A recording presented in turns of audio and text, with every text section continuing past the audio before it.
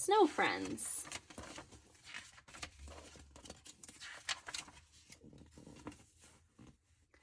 Little Bear woke early from his deep winter sleep. As he yawned and stretched, he looked out of the bear cave and gasped. The world was covered with a thick white blanket, sparkling in the sunshine. "Ooh," he cried, "snow!" and he raced out to play. Little Bear went rolling and skidding down the hillside, racing faster and faster.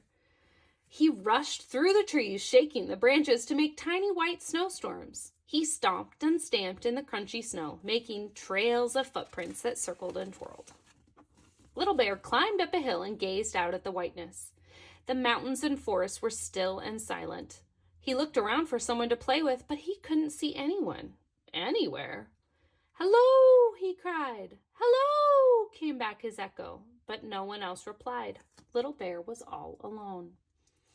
"Oh dear," he sighed, "if only I had someone to play with," and he fell with a plop into a big snowdrift. Suddenly, Little Bear had an idea. He began to make a snowball bigger and bigger. "If I make a really big snowball," he thought, "I could build a snowman, and then I would have someone to play with." So he rolled and rolled a shiny round snowman body until it was nearly as big as he was. Little Bear was so busy with his snowball that he didn't see Otter swimming across the lake. "Hello," cried Otter, racing up. "What are you doing?" "I'm making a snowman, the best snowman ever," replied Little Bear. "Wow," said Otter, "that sounds fun. Can I help?" "That would be great," said Little Bear, and they pushed and they puffed until they couldn't roll the snowball any further. Little Bear and Otter stopped for a rest, but just then they heard a muffled voice. "Hey, what's going on?" it cried. "Everything's gone dark." "My snowball's talking," squeaked Little Bear. "No," laughed Otter, "the noise is underneath. Quick!" And together they pushed as hard as they could until the big snowball creaked away to one side. A rabbit popped up from his burrow. "Who turned off the light?" he said crossly.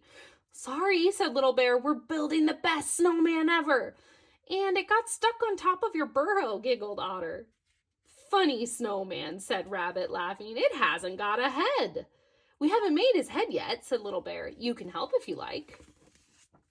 So Rabbit helped make the snowman's head and gave him a big, happy smile.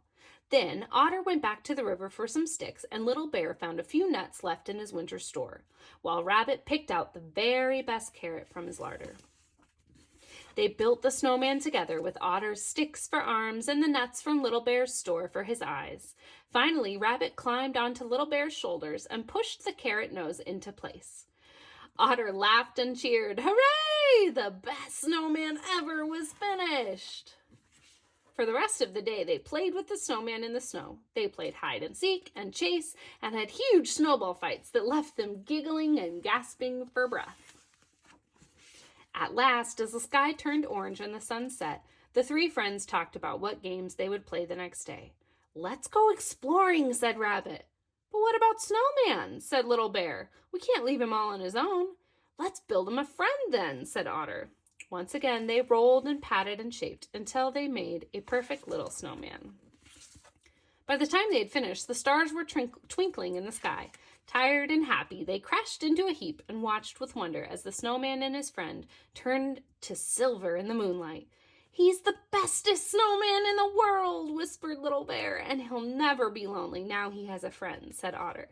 "Yes," Rabbit smiled, "just like us."